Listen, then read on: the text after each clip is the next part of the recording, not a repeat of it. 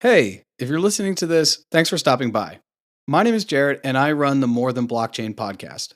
Now, before the podcast rebranded its name to More Than Blockchain, it was entitled Wi-Fi and Water.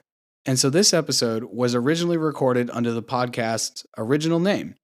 Episodes 1 through 13 were recorded under the name Wi-Fi and Water. And so if you're hearing this, that's why. Please enjoy the episode, and thanks for checking out the More Than Blockchain podcast.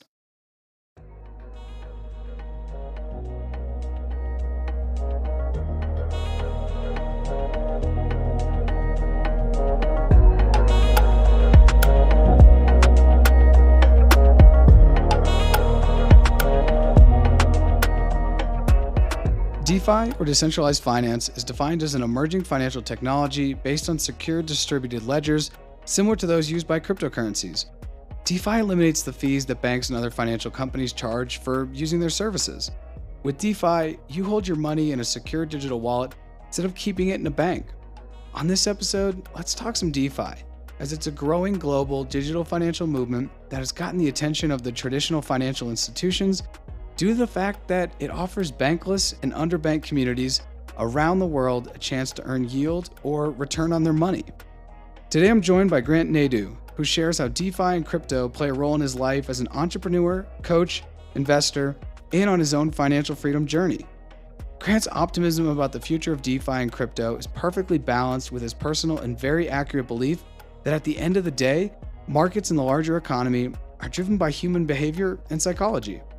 Throughout this episode, there's a bunch of new jargon, and we both do our best to define things as we go. If we miss anything of interest, please Google it and know that DeFi and crypto communities are constantly creating new vocab for the growing space. And like with all of the previous episodes that discuss investments and personal financial opportunities, please know that this is not financial advice, but rather a candid convo highlighting how people today are leveraging DeFi and crypto to create value and build wealth. I'm Jarrett Carpenter, and this is Wi-Fi and Water.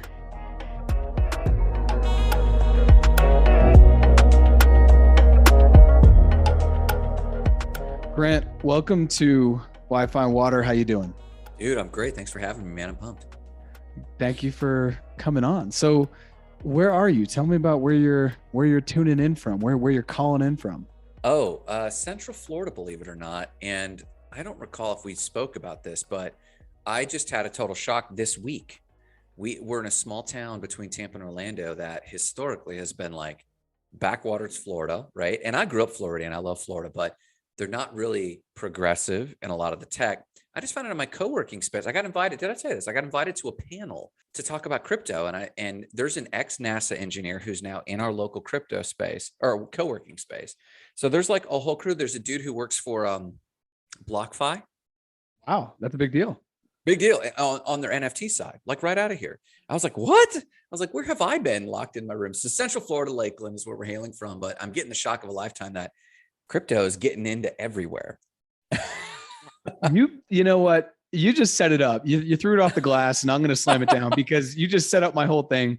You're on today to talk about crypto. Hopefully we focus a little on DeFi and probably touch upon financial freedom. And it is totally everywhere. I watch a lot of professional soccer. And if you know what to look for in crypto, you see it everywhere because you start to see crypto.com billboards, which is a little bit more kind of obvious as to what it is, crypto.com. Yeah. But I was watching the Premier League and it wasn't BlockFi. Maybe it was Swan, Swan Bitcoin. You can pick up Bitcoin. Sure. It's a really easy way. There was something like that. One of the teams is now sponsored by stake.com, not STEAK, but STAKE. Yeah. One of them also has a Doge as sponsorship. So if you see the D with the dog, if you don't know what it is, you're like, oh, it must be puppy chow. But for those of us around crypto, you're like, yeah, that is the most probably famous meme of crypto if we had to break it down. I had a friend send me a text. So we have, those who don't know, we put together a few small invite-only LLCs to co-invest into different DAOs and just run basically different crypto investor experiences. And so one of my bros out of one of these sent me a text and is like, dude, is this one? And it was like at a golf, it was literally at a one of the outdoor multi-storied top golf things. and it was over someone's shoulder, and there was a banner at, like, I think it was like a Top Golf, and it was a sign for Tezos. And I hold Tezos too, but not many people, noobs and rubes, don't really know what Tezos is, even though it's still a top crypto for me. But yes, you're right. It's everywhere. It's going everywhere. And I haven't heard of the Doge sponsorships. I like that, man. The Doge sponsorships are cool. And if we could do a screen share, I'd show you, but I'll send you after.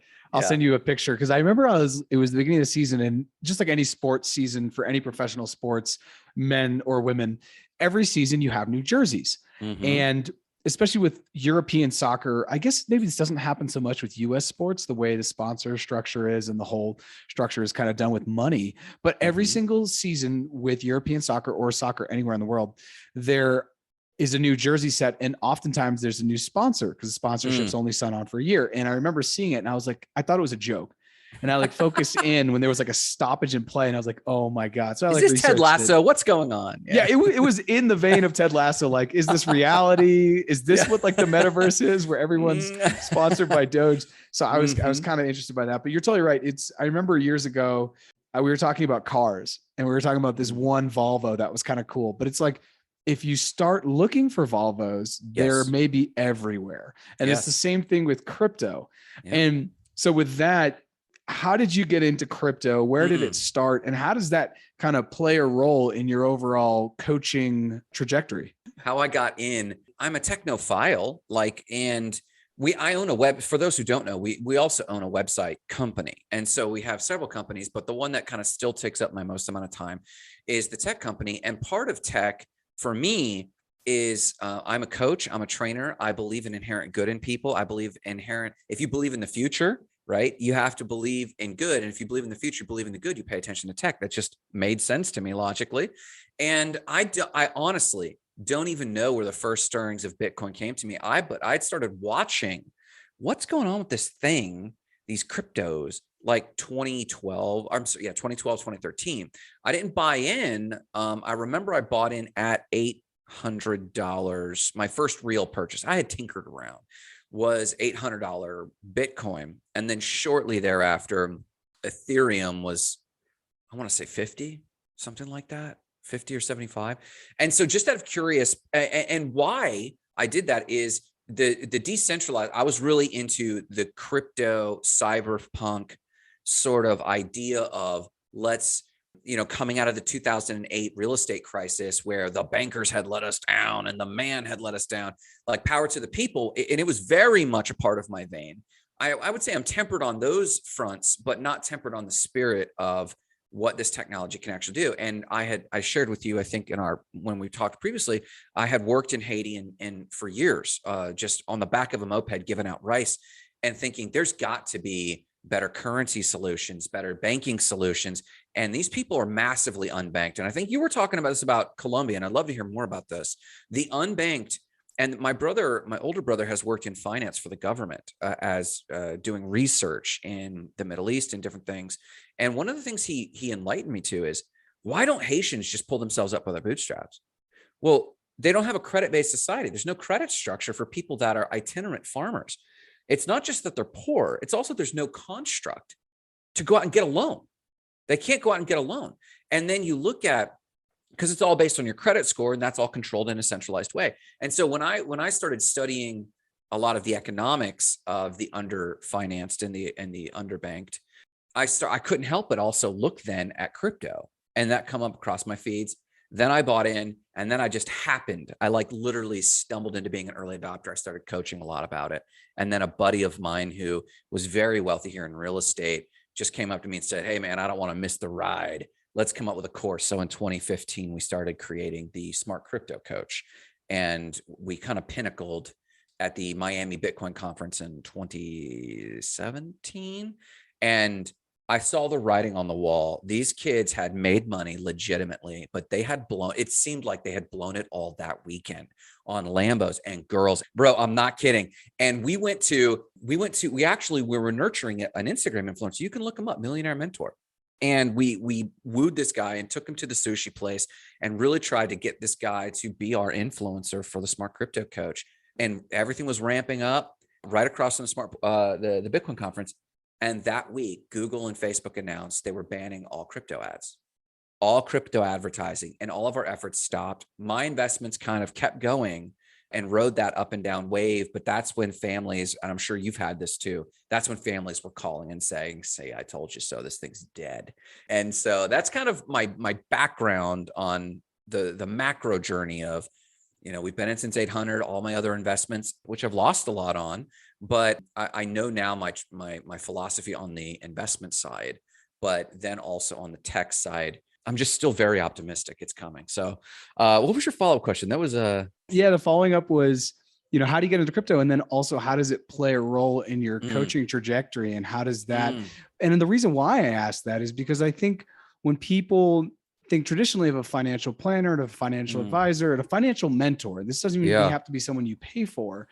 It's always fairly like, stocks, bonds, ETFs, gold, maybe get a real estate, maybe get a rental apartment to try to get some cash flow. And I just feel like we're on the precipice now where really interesting conversations are starting to happen about like, yes, maybe you could get a rental property, but then you have to deal with human beings. And we know inherently human beings can be complicated because we all are very complicated. And human beings pay things late, and human beings break things, and human beings don't always take the best care of things. And I just think that as being someone who is kind of like a financial beacon for where value is going, I want to know how you incorporate that into like your coaching and the conversations you're having with your clients.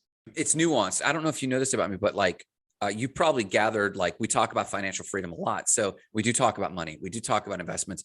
That usually takes the form, because it's an easy pill to swallow, of either small business coaching or performance coaching. So I do a lot of like my gift isn't in tech, right? I mean, I've been developing websites myself. Now we have a team that does it, but my gifts are human dynamics, honestly. And so a lot of my conversations, their orbit is small business and performance. But as it comes to crypto, immediately how this happens is, as the idea of crypto enters the mainstream and someone's like, I heard about this Dogecoin, like, what do I do about that? And every time you encounter someone who's already has a pre-made bias, whether it's performance coaching or small business coaching, technically it's the same coaching. You watch them reveal their hand of how they think about things and think about the world, and how they basically create reasons not to move forward on something. So in the very, very shorthand, it's getting into my coaching because I know a lot about it, and they're asking questions, and I use it as a case in point on, hey, do you notice how you kind of compartmentalize the idea of making 60,000% a year with Wonderland, and what that really means, and what does currency mean, and what does money even mean? And this is why I like DeFi around crypto, is not only is it decentralizing the tech, there's a great dynamic out there called responsibility and reward. You can't have more reward without taking on more responsibility. And in a philosophy perspective, it's very true. A small business is very obvious. So I want Lambos. Okay, well, to make and keep a Lambo, you have to do the things. You have to have the responsibility to not only gain it, but to keep it. And that's like a core principle of not just money and finances, but like life. And so in my coaching, people are like, that's impossible. Well, I can talk to them about why they think that's impossible. And then take them and open up an account in Coinbase, and open up an account with Wonderland or Jade or whatever protocol's doing it, and show them you're making this. And then they're like, yeah, but what's the story behind the story? And that's a great question. And that's where we start to get into their paradigms about money. And what it really reveals is that most people don't know how money works. Like, are you familiar with the 3 capacities of money? Like, I don't believe I do. It's just a fun fact. Like, we're talking about DeFi, it's a nerd alert, but crypto is actually dealing with this directly. Money is a storehouse of value, a standard of measure, and a medium of exchange.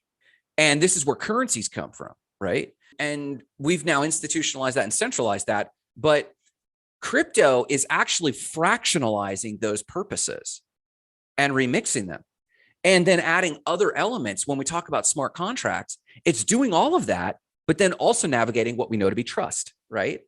And so what it reveals, like, for example, if I tell someone, hey, real estate, I don't know if you just saw, but they have the first really legit brokerage for mortgages.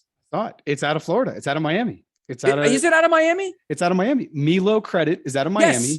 And they're starting to, and this is exactly why I wanted to talk today because I feel like we're at this weird precipice where now you can use Bitcoin to get a mortgage and you don't have to sell it. You just leverage it, use it as collateral, which for any Bitcoiner or any person in crypto, the whole game is to not have taxable events. This is probably the game, honestly, in wealth creation, but you want to push off taxable events. So the fact that you could have two Bitcoins and then when they're each worth 100,000, you have $200,000 and then you get a mortgage off that. And then you use either your salary, your other investment interest, your passive income to pay off the monthly mortgage is just an incredible new way to think about real estate.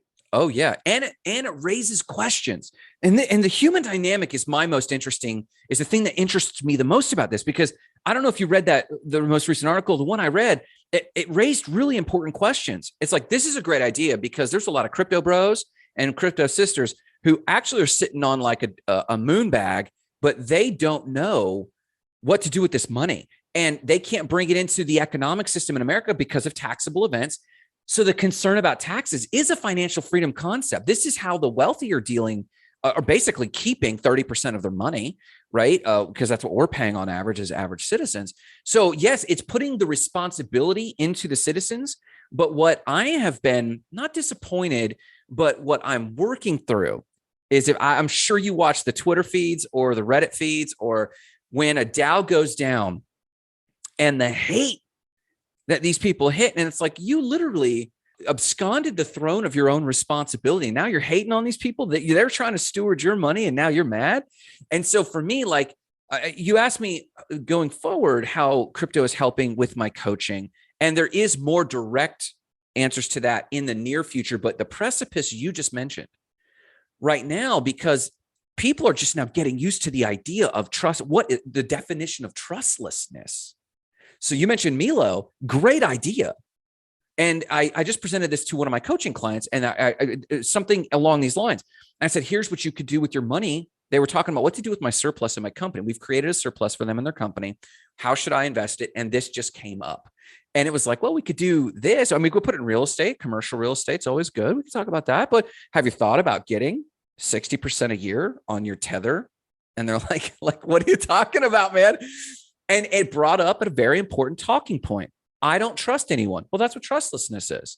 Well, I don't trust this trustlessness thing. And so it's forcing people to have really good conversations that they're operating too much in these silos of conservative, fear-based, limitation-based, as opposed to abundance-based thinking, that this is possible. And then contrast that, I got off a phone call with a gal in Costa Rica. I just spent some time in Costa Rica, and our Airbnb host, she just called me because she just wants to talk about Wonderland, not about my strategies. She literally said this: I just need to be around other people who believe these things are possible. So what we're seeing, this is what I'm seeing. And I love this because you heard about the horse and buggy whip paradigm, that story that always goes around. People were still selling horse and buggy whips when Henry Ford was rolling out the Model T. And at some point, you have to stop selling horse and buggy whips. But back then, pre-internet, pre-Reddit, pre-social, you could go a decade or two and get acclimated. But what we're doing real time, and what is helping, I guess, coaching, because it's psychological leverage that someone is truly missing a wave. It's allowing us to observe real time someone's paradigms about, in this case, real estate investment, being completely shuttered by this opportunity that they can't even get their head around, like in the example of Milo Credit or Milo Credit. So I think immediately I'm just helping people get used to the idea of why this stuff even has values. And God forbid NFTs. How many conversations have you had about, I don't get the value of an NFT? Yeah, the whole right click nation that exists out there that are just, that's so nuanced and funny. There's a whole meme about that, right? Well, I could just right click it. It's like, well, yeah, but you don't get it. Yeah, I had Brendan on the show, and he said the way he put it was great. He was like, you can take a picture of my home, yeah, but that's it. But what utility does that bring you? And it's the same thing with an NFT. You can take a picture of a Bored Ape, but that doesn't mean you can get into the parties. Doesn't mean you can hang out with DJ Khaled and Neymar and all these other, not even A-list celebrities, just like Yeah. kind of social icons / influencers. Mm-hmm. And the whole Wonderland thing is really crazy that you bring it up, because right now, today, Wonderland is quasi imploding because it does not know what it's going to do. Yep. And Daniele, the guy who is kind of the brain behind it, he's in on Abracadabra and Meme. And this is right where we get into DeFi, which is a really exciting conversation. Yeah. We're going to look back on this in 10 Yes. years, and we're going to listen to it. And I'll be like, Grant, remember when we recorded that? Remember what was happening in the world? Because my buddy, all today, I've been very busy with work, and he has just been following Twitter, and he just sent me, not even an hour before we've hopped on to record here, that Bloomberg has run an article, and it says crypto secrecy makes DeFi a wonderland to felon tied to Quadriga. Basically, one of the, Sifu. And the whole thing is kind of unraveling right now. And it's a very interesting thing, as you were saying, about a DAO, which is a decentralized autonomous organization. And when we say DeFi, we mean decentralized finance. It's very fascinating to see what's happening with Wonderland. And that is actually the genesis of how I came across your YouTube channel. Oh, the Wonderland video. I was trying to learn more about Wonderland. And so I sampled maybe 10 videos, and I really got a lot of value from yours. And I love the way that you phrased it, your candor.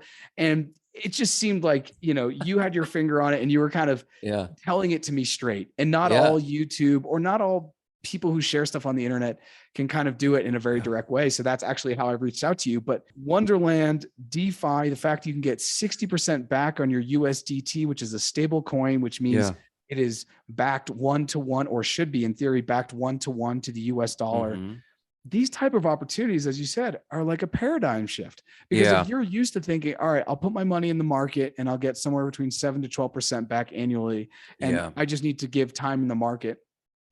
We're at a time now where, you still need time in the market, no matter what market it is, but some markets are working better than others. And DeFi, where do you think DeFi is going to go, and how is it going to continue to change? And maybe even throw in some of your experiences in Haiti, the Dominican Republic, to kind of talk about how it is giving maybe options to people that are bankless.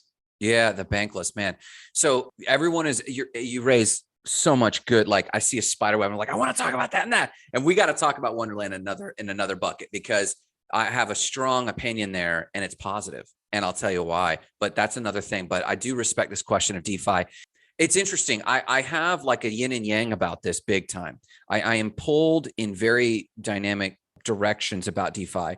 As with everything, if you haven't gotten this already, I'm big on none of this matters if we're not taking into account human dynamics. I don't know, not many people know this, but economics, part of the root of the etymology of the word economics, comes from the Greek, oikonomia. It means the household steward.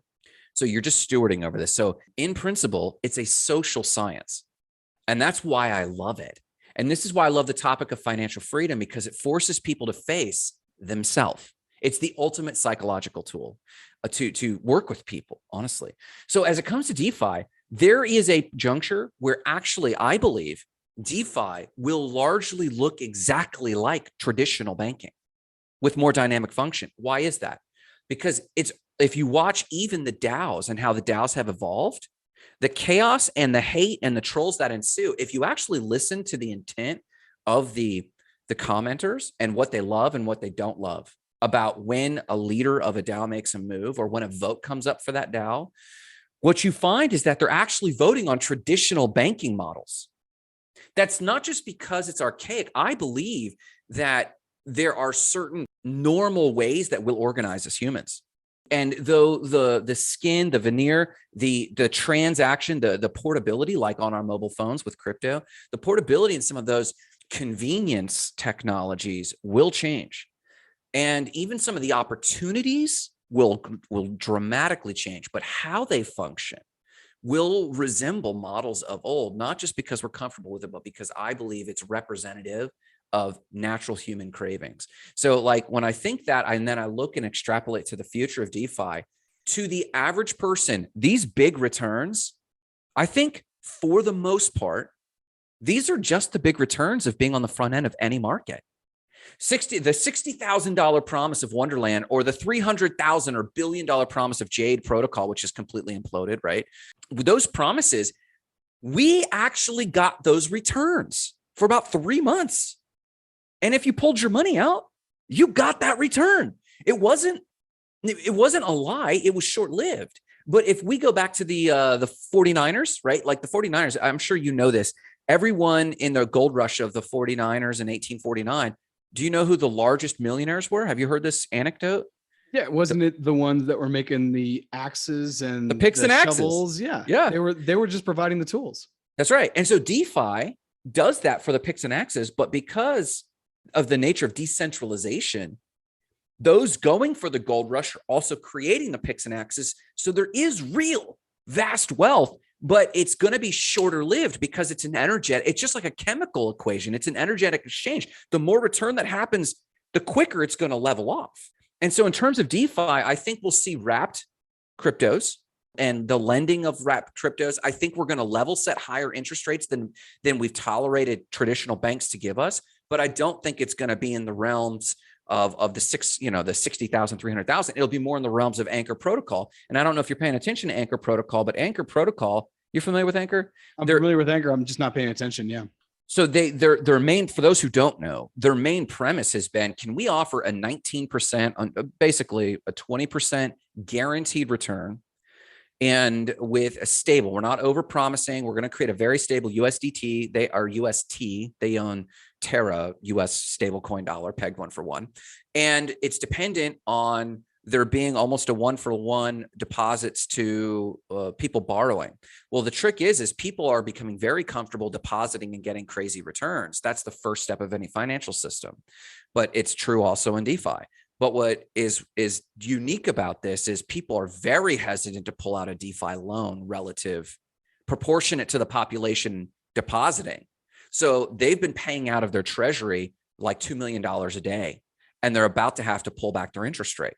So they try to do something normal, but with more interest rate, and they're having to reduce from 19% down to 15%. It'll go down to 10. It'll go down to 5. And then it'll be in normal banking rates, because this is a human system. First, I think for people trying to do normal things. However, that's like the conservative side of me saying that's going to be a strong future. But the major difference is this: for those who have the bandwidth or the energy, we will be the picks and axe people. And because we have the internet at our fingertips and people are gangbusters about opportunities, we will continue to see, okay, 300% return, but we're going to be normalized to go, it's just going to last for about 6 weeks, 8 weeks. We'll ride that pony, we'll liquidate. And the inventors of these protocols will also plan for that. So I think that there will continue to be opportunities. Like, have you seen DeFi Kingdoms? Have you looked at that? I have not looked at DeFi Kingdoms, but please tell me more. So DeFi Kingdoms I've also been looking at gaming, because I think that for NFTs, the next place for NFTs for people to understand the value of an NFT, I think they need to quit looking anywhere like Bored Apes or some BS like this. They need to look at gaming and betting, and they'll get their head around NFTs very quickly if they can see how these function. So I've been paying attention to gaming. DeFi Kingdoms, for those who don't know, it makes up 75% of all decentralized gaming. And so like all the hours spent in Gala and all these other like gaming or Atari, and that doesn't include Sandbox, because Sandbox is technically not a game yet. It has games, but that's another thing. But I went into DeFi Kingdoms. It's an 8-bit game, looks like, Link from the 90s. And I'm playing it, and there's all these dynamics of a game. You can do side quests, there's all kinds of fun stuff. And then you can earn jewel coins, but you can earn 300% real dollars a year, APY, in their internal gaming function. And I think this will have more longevity than the Anchor protocol or the DAO protocols, because this is a money game. And I don't how does money work? Money only works if it's flowing, right? It's called velocity of money. And the higher the velocity of the money, the more utility that society or community can make out of it, for lack of more time. So in a game like DeFi Kingdoms, they've actually, within a single game, they've had the gaming, and they're serving plenty of people who are just there for the gaming and the loot. And then there's people like me, because it's a decentralized game, that loot has to come from some liquidity pool. When was the last time? Let me ask you this. This is a fun fact. And this is why I love this, because it's educating like rubes. Do you know that? Do you know what a liquidity pool is? Do I know what a liquidity pool is? Like, you ever hear people talk about LP pools? Yeah, just the concept behind a liquidity pool. I feel like I do. So decentralized finance, like when you go to a bank, if you were to start a real bank, you would need liquidity. You would need to prove that you have, let's just call it $10 million. And so you either need to seed your own initial investor money, who becomes your chairman of the board. And then you need to go farm out a bunch of deposits. We'll pay you a whopping 1% this year for your deposits. And then you go lend it out in a mortgage. And you can lend out based on the federal funds rate. You can lend out 9 or 10 times as much as you borrow. And so someone comes along and says, I want to buy a house. And you say, okay, here's 200 grand to buy that house. It's dependent. All the math is dependent on the liquidity pool. So when someone goes to Trader Joe or someone goes to Sushi Swap, they just see the returns. They have no idea of the function of this. And so this liquidity pool, you put your money in liquidity, and now you can justify outflow of cash and lend. So like the other future of DeFi is that there will be classes of investors now who will just decide that their risk tolerance can now include liquidity banking. And so the people will be like, I'm buying and trading Bitcoin. And they'll be like, I've been buying and accumulating Bitcoin and Ethereum, but I just drop it in my liquidity pool and I pull 20% a year, and I'm fine with that. And so it's adding these secondary and tertiary investor levels, because it's basically taken that away from banks and given that to people. So the opportunities are crazy, but in DeFi Kingdom, they've already got this pre-built, and users can go play this game and learn financial concepts because they can immediately be the banker. But they can see, like right now, if you put liquidity pool over in, like, I think Cardano just launched Sunday Swap, and it was a rough launch, and some of the liquidity could go in, and then they were lending out, but then the system got clogged because they didn't have enough liquidity. But we don't know what that means really. Who does that affect? When you play a video game and the bank suddenly hangs a sign that says you can't borrow anymore from the souvenir shop, and people are like, why not? Well, the bank doesn't have liquidity. It creates a microcosm by which people can see, hey, we're making real money, 300% APY. And these are young people, but they're also learning about very complex financial tools. So I think part of what will happen is these interest rates will go down, and I believe look like normal banking, but the opportunities will be more diverse. And we'll see in the next 8 to 10 years, a group of gamers who are far more savvy about finances and financial markets than any previous generation. And so then you asked about like developing world people. I think it's a little bit of a different tangent, because obviously we've been talking about gaming, but I think the portability and the lack of need of credit is the big answer. I think we were talking about a project that we were both sharing, and I'll recap for the audience, but then I want to hear from you on this. We were talking about how I had a friend from India who there was a law during the pandemic or something happened where Modi basically closed the door on external funding of orphanages.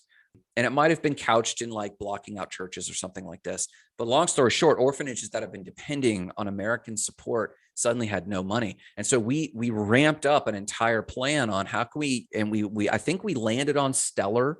We were looking at Cardano, Ripple, Cardano, Stellar, and some other XRP. Maybe it was XRP, maybe it was Ripple, and getting everybody wallets, and then creating basically what amounts to bicycle exchange people, and creating essentially two businesses, an Indian owned and operated bicycle exchange business who would accept crypto and then give cash out to them, and create a microeconomy with that, which just needs to happen. And that's starting to happen. That happened in Nigeria. They were using cell phone minutes as currency. Did you see this? And that's happened in many other places. But now those are early adopters to like using Satoshis, and micro units of Bitcoin as currency. And you're finding that these people that have gone from bankless to being early adopters, like like massively early adopters. And you're seeing people from Sri Lanka be in a Reddit conversation, and they're like, hey, I've got like $10,000 and I don't even know what to do.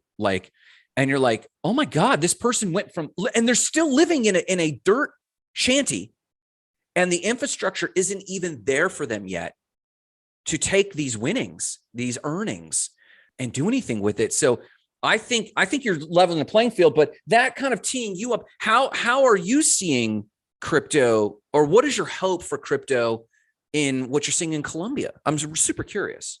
Well, my hope for crypto in Colombia, and I shared this with you the other day, but if people are listening and they don't know this context, I was born in Colombia and then adopted. And so I was raised in the States, and I'm currently in Bogota now, which is the city I was born in. And Colombia over the past year has seen its peso devalue by, and I forget, but it's either 15 or 17%. Both those numbers are in my head fairly fresh. And in the last year, it had actually devalued. It was the most devalued currency in the world, even compared to the Turkish lira and the Argentine peso, which have also fallen through the floor. They just happened to fall through the floor more in 2020 with the pandemic and supply chain issues. But 2021, the Colombian peso was the most devalued currency on the planet. And so for me, it's kind of like, when I'm talking to Colombians here now, I'm like saying, okay, you need to, because many Latinos, when I say Latinos, I'm basically saying Mexico on down, including the Caribbean and Latin America. Yep. The idea is like, how do we get as many dollars as we can possibly get? This has been historically the idea. And there's even the famous comment about Mexico that is like, Mexico so close to the United States, but so far from God. And it's to say like, you're so close to these opportunities, but you're so far from actual hope. And so that's kind of been the narrative. And unfortunately, if you are a historian at all, you know that the United States has taken advantage of every single corner of Latin America. Yes. We have taken advantage of their elections. We have taken advantage of their natural resources. And even today, with a lot of the trade that goes on, we still are taking advantage of the situation.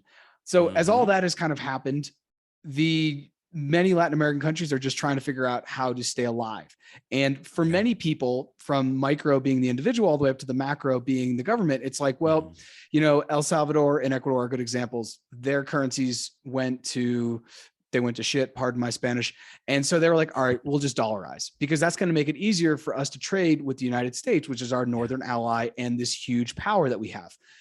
And more recently, for those of you that know, or for those of you that don't know, El Salvador has said, okay, this is what we're going to do. We're going to bring Bitcoin in, make it another legal tender. So now we have the dollar and Bitcoin, and really give people overnight a chance. This is something that Nayib Bukele said, who is the El Salvadorian president. He's like, this gives people the chance to own something, to actually own an asset. And for, I would say, large swaths of the human population, if we agree that there's somewhere between 7.5 billion and growing on the planet, there is probably 5 billion of them that have probably more, that just don't actually own anything.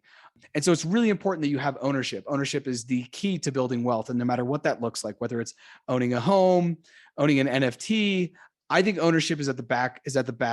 It's kind of a backbone for me of building wealth, or at least it has been in the systems in which we live. And so when I think about Colombia, and I think about how Latin America or as a region is kind of going to be able to leverage cryptocurrencies and many of the things that happen on the blockchain, even NFTs, it's really quite fascinating, because the conversations I'm having now with Colombians are like, what does it look like to use Bitcoin now as your savings account? To take a certain amount of money every month, and you're just going to dump it in there and know that when you're older, especially Colombians that are my age, that are millennials, that are somewhere between 30 and 45 years old, in 20 years when you want to retire, or in 30 years when you retire, you need to have something. And saving pesos underneath your mattress, well, that last year there was a 15 to 17% tax, right? So you can burn 15 or 17% of those. So the conversations I'm having now, and what I'm really thinking critically is, what does it look like to get people into Bitcoin as a savings account, and then using stable coins for almost everything else, starting to store into stable coins for everything else, just to protect the day-to-day purchasing power. Even then, though, it becomes difficult, because we're still tied to the traditional financial markets, or the TradFi, because in order to connect your Coinbase or your Binance account in Colombia, you have to connect it to a debit card, which means you have to have a bank account, which is very, very convoluted. And I think I told you off camera or off recording that I went to go try to get a bank account in Colombia. And they were like, well, do you have a job? And I'm like, yes, I do. And they're like, can you prove it? Do you have the letter from your employment that says, you can open a bank account? Which is just not the case if you're listening to this in the United States, because in the United States, you could go down to any Bank of America, if you don't bank with them, a Chase, a Wells Fargo, and say, hey, I would like to open a bank account. Here's my license. here is my social security or whatever you would need, but you could open it in probably 5 minutes. And now you can even do it online with no time. However, Colombia, that has had a long history dealing with illicit activity like drugs, they aren't just going to let any Juan Pablo walk down to the bank and open it up for fear that all of a sudden Juan Pablo will have $2 million in it. And how did it get there? Right. We have to know that Juan Pablo is working for this person. So then we have someone to check up on his accounts. So it's really still convoluted. And I don't think it's as simple as I'd like it to be for the average Colombian to be able to dive into crypto, because at the end of the day, they're still tied to the more TradFi or traditional finance mechanisms like banks and the loan system that they have. So I'm not really sure exactly where it's going. What they need to do, the Colombian banks here are already starting to adopt blockchain-like instruments to be able to, kind of like you said, the velocity of money. In the United States, the velocity of money is 1,000 million miles per hour. Even if I don't know you, you probably have Cash App or Venmo. And since I know you have crypto, I could just send you some XRP or some Stellar in seconds. So I think it still is a long way to go. But my hope is that DeFi continues to play a bigger role in the conversations around crypto. And it's not just maybe using Bitcoin as a savings and maybe using stablecoin as kind of like an everyday way to hedge against the devaluation of the peso. But even that is still kind of difficult, because in order to get into the crypto, you still have to align your bank account. And you and I have been around crypto for such a long time that sometimes maybe we forget that. But even if you're in the United States, unless you go to a Bitcoin ATM and pay a 10 or 15% fee and literally take your greenbacks and change it out for Satoshis or parts of a Bitcoin, you still actually have to deal with the banking system. But let's change just a little bit and talk about how crypto and DeFi and all of the blockchain ecosystem plays a role. We've talked about it in your coaching, but how does it play a role in your financial freedom journey and the financial freedom journey that you are setting up for people around you and your clients? That's huge. Clients I'd like to do more with. I alluded to this when this took off like wildfire again last September. I fired up my YouTube channel. I fired up my Discord. And that quickly built into people asking, listen, I don't have the time to know what nooks and crannies of crypto to go into. Could we invest together? So as I alluded to this, we were doing some LLCs and investing together. I'd like to find ways to do that where I'm not SEC regulated, right? Like you can go into business with your friends, but you can't farm strangers, right? And so I'd like to figure out a way to do more along those lines in my own life. I'm doing these experiments big time. We're doing these crypto experiments, like what actually works, what doesn't, no BS. And so I just put my own money on the line, like Wonderland, and we watch it go to where it goes. I did the same thing with Jade, and I got, hurt there, but learned. And I think people, just out of entertainment value, people love to watch someone else get scathed. But I want to do all those more experiments, because to me, it's like Bill Nye, the science guy of DeFi. Let's go figure out which of these things actually work. And now that you bring up this developing world thing, it would be very interesting to build up a channel that just goes into a third world country, underdeveloped country, and tries to go from beginning to end. How do we get into crypto and out? That would be a very educational thing, just as a sidebar. But I was very aggressive with my investments, and just to be absolutely transparent, I just did a show on this. I'm rebalancing how I balance my portfolio. Everyone is so Johnny on the spot on crypto. What they're finding is they don't know jack about it. They're literally throwing crap on the wall and seeing what sticks. And I don't mind doing that, because I have real estate. Like, people don't know this about me, and I don't even know if you know this about me. I was on the street, but there was a time where we got lost in the system, and that was my moment. And then eventually family came back around, but we came from a blue collar family. My dad lived in a poor neighborhood of Fort Lauderdale. He didn't come from money. Same with my mom. And so we kind of had to build ourselves up, but we've managed to build ourselves up where we have real estate investments. We had stock market investments. We have a few small businesses. We're entrepreneurial. And in the last year, we've just been dumping money at let's go for moonshots. I don't care. I made some good money in SHIB, but this is changing, right? This is changing, where there are these opportunities, but it's like being a commodities trader or a currency trader. You also have to ask your life, you also have to ask yourself, this is the financial freedom conversation. What do I want my life to look like? Yes, we have more exposure to $60,000, 60,000% APY, 300% APY. We have opportunities, but you're at work and going, I don't know what's going on. I can't check my feeds and it's driving you nuts. And it's like, but we shouldn't live like that. And this is that human dynamic that I think will also level off the DeFi market. I think we'll put up with 20% as long as I can check it on Saturday. Why not? And I think that people start questioning, what do I want to do? So to live that out myself, I have publicly rebalanced and begun to rebalance my portfolio, where of all my investable dollars that I make, if we have an equity event on a property, or if it's just the income I get from my businesses that month, 50% goes into TradFi. And that includes real estate. 50%. Why? Because I know what I'm doing with real estate, right? And inside and out. And then of the 50%, the next 50% of that nut goes into crypto. So like if I had $10,000, 5,000 would go into traditional finance, 5,000 would go into crypto. And then 2,500 of that, the next 50%, 2,500 would go into Bitcoin, Ethereum, maybe USDC. And then making sure that I'm staking that. And then this isn't financial advice. This is literally just how it's affecting me. And then 30% would be into some platforms, ADA, XRP, DOT, some of the platforms. And then the remaining 20%, that's where I throw shit on the wall to see what sticks. And I'm rebalancing that way because I want to make myself focus on cash flow. So staking and growth, Bitcoin and Ethereum. I can't guarantee that Gala Games is going to grow over $1, but I could bet, and I am betting, that Bitcoin, I don't know if it's $100,000 or $1 million, but it's strong because it's simple. How complex is ADA? I love the project. I love the philosophy. I love Charles Hoskins. I love it, but it's really complex. Bitcoin, what is it? It's a currency. That's it. And people get that. So that's how it's affecting my personal wealth. I'm banking, but the 50 ratio is important because to take note of, because whether it's $100 you're splitting or $10,000 you're splitting, doesn't matter. I am staking 50% of my future on crypto. And once we hit our cash flow, our personal cash flow targets, I'll greatly increase that. Because I think I mentioned to you when we talked before, and I hope listeners grab this or we put this in the show notes or something. The Future is Faster Than You Think is a book you have to read, or at least skim the cliff notes and read the section on crypto, just as decentralized finance, because Americans like to think their place on the top of the hill is secure. And for those who think that their place on top of the hill is not secure, their fear, crazily enough, is that they're going to put us in FEMA camps. They think that the controlling elite is going to throw things off.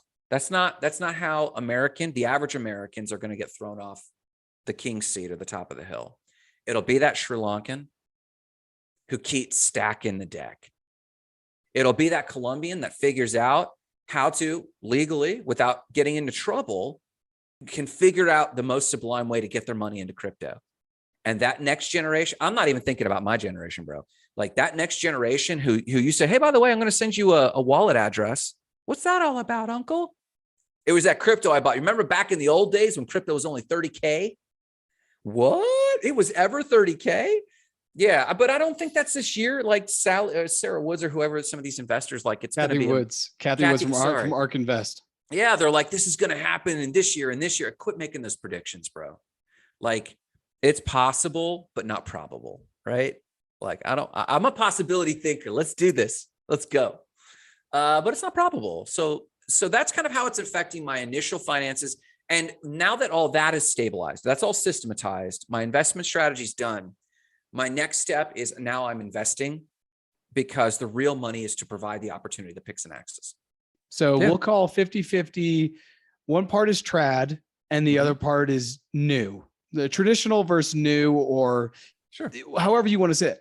At what point is there a point where you would say, I either need to go 75% traditional investments or I need to go 75% crypto?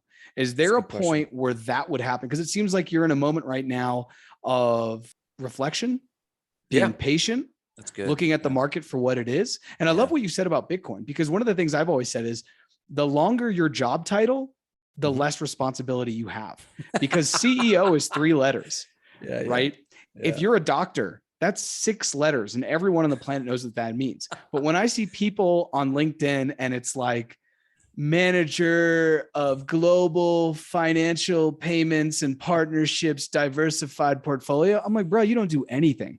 And that to me is ADA. And that's why I don't own any ADA, because Hodgkinson made that thing way too, it was way too difficult for me to understand. Sure. And I think that is a key tenet in investment, which is only invest in what you understand. 100%. And so you're like, dude, I get real estate. So that's where I am. That's my traditional, and stocks, or, whatever the traditional is. But what's the moment where you either swing 25% to either side, either go, I'm going to go 75% crypt, or I'm going to go 25% trad?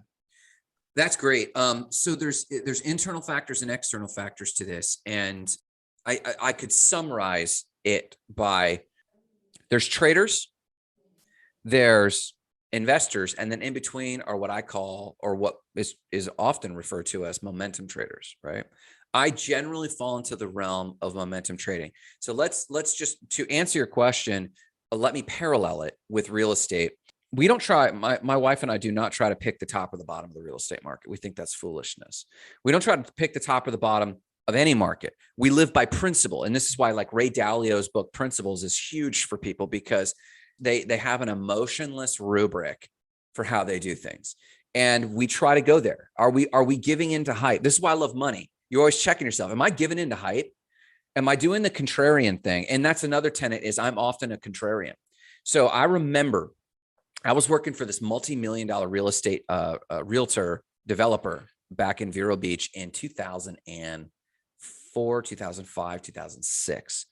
And I was just being mentored on real estate investment, and he busted in the door, and he still had his golf clothes on. He threw his golf bags down, kicked off his cleats, and said, "We got to go to work." I was like, "What?"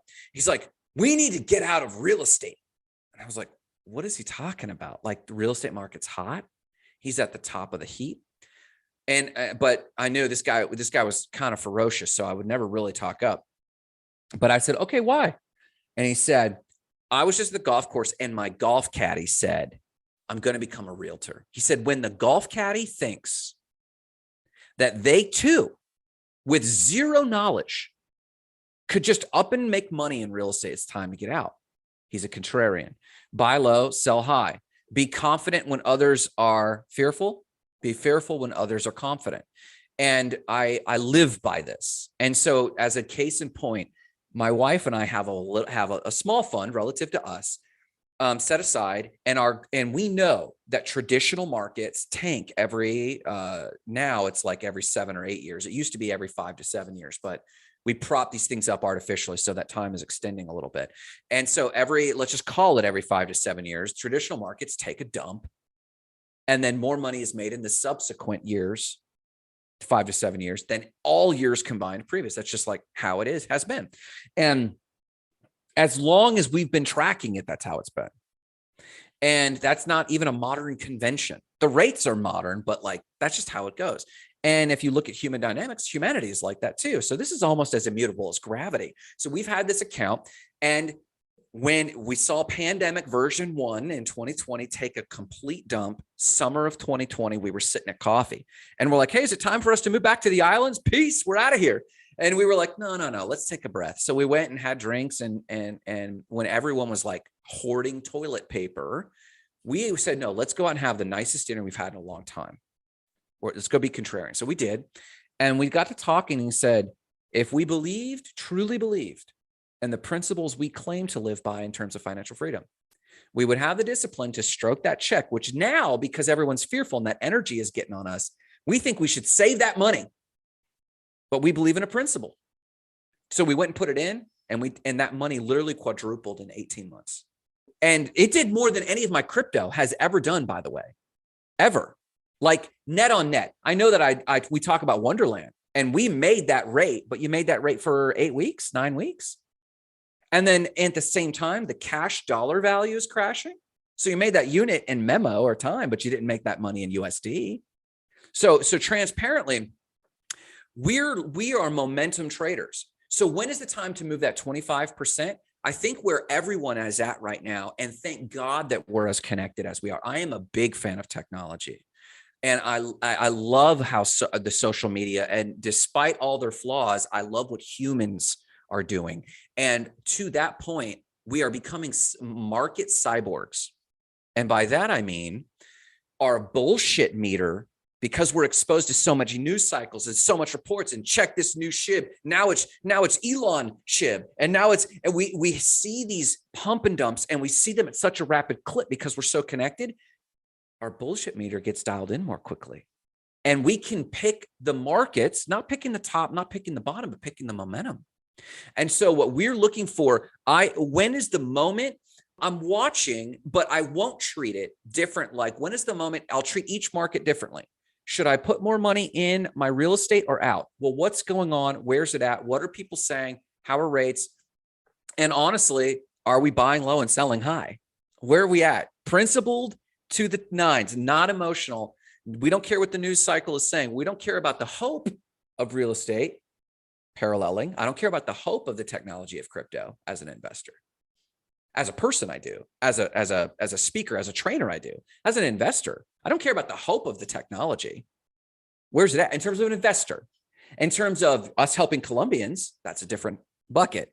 But in terms of being an investor for myself, I don't care about the hope of the technology. Where's the market at? And son, this correction has been due. And so what am I doing? Everyone's bailing. What am I doing?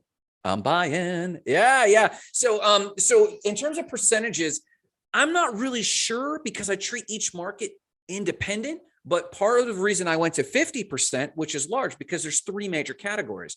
There's real estate, traditional investment, and crypto, right? And so these three kind of major categories, they should be like a third. The reason crypto went up to 50% is because the market's in the dump.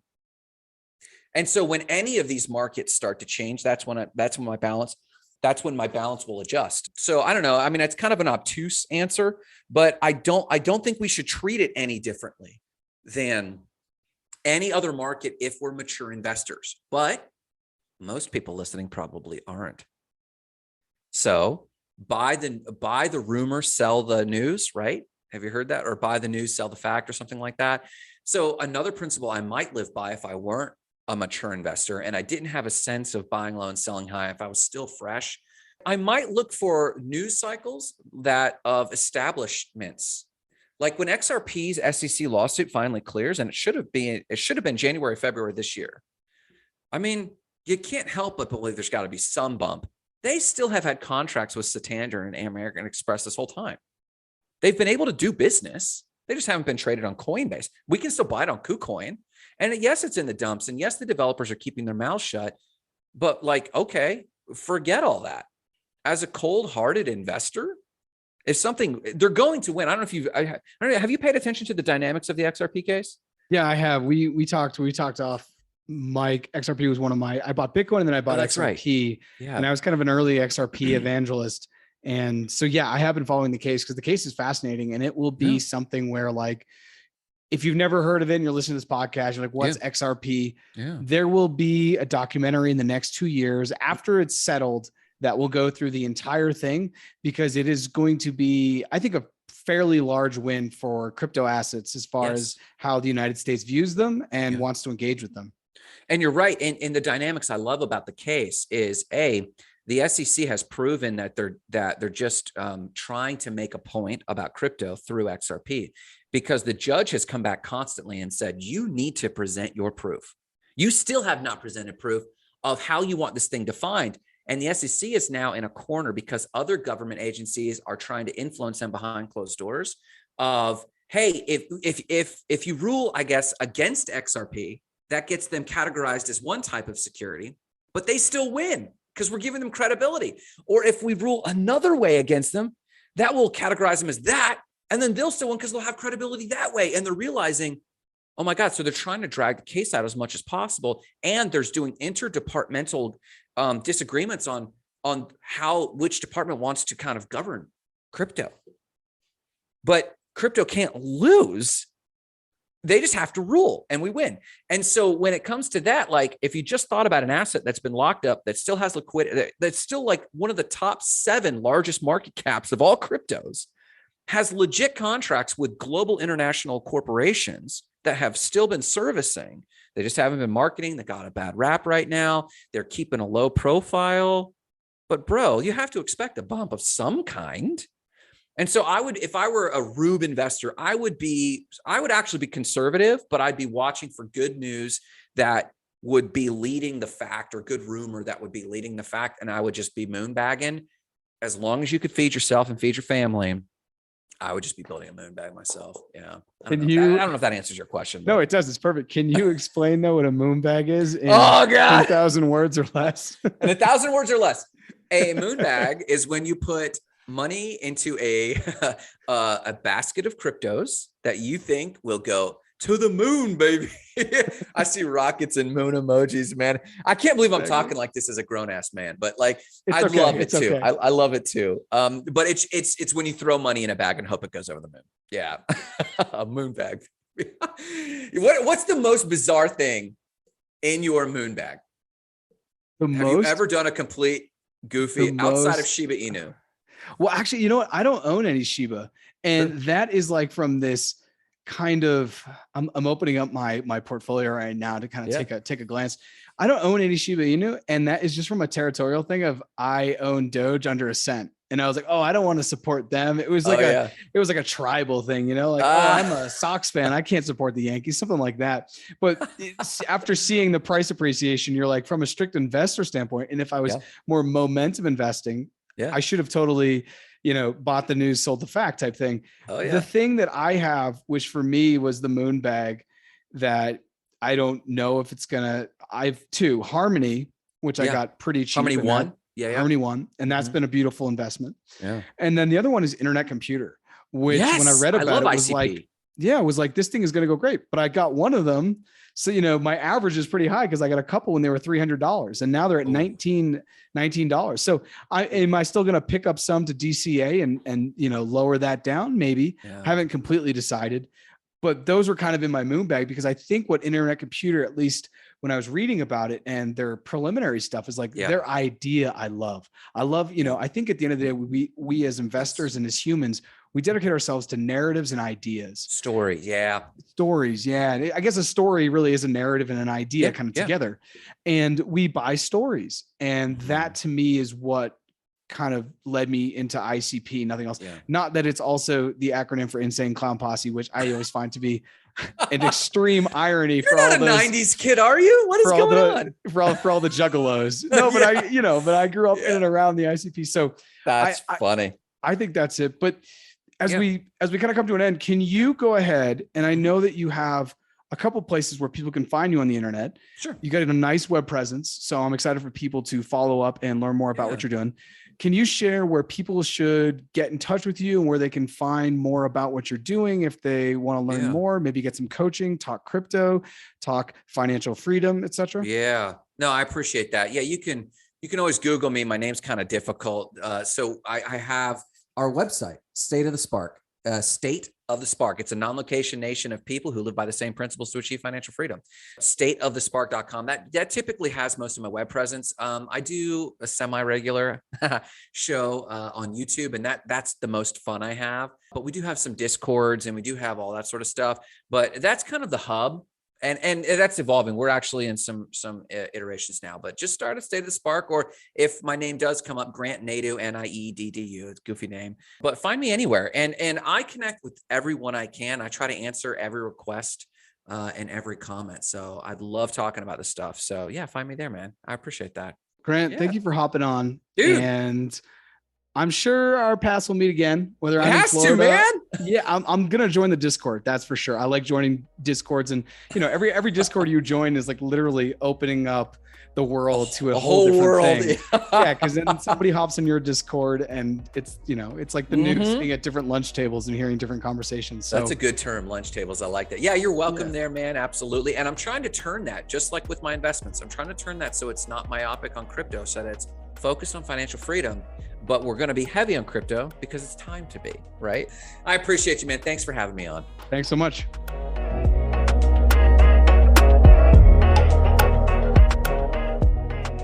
Thanks for listening to this episode, and be sure to check out Grant's website at stateofthespark.com. Be sure to follow us on Facebook, Instagram, LinkedIn, Twitter, and YouTube at Wi-Fi and Water Podcast. And no matter where you're listening to the podcast, please subscribe. And if you found value from this episode, consider dropping the link to a friend. Thanks again, and I'll see you next time.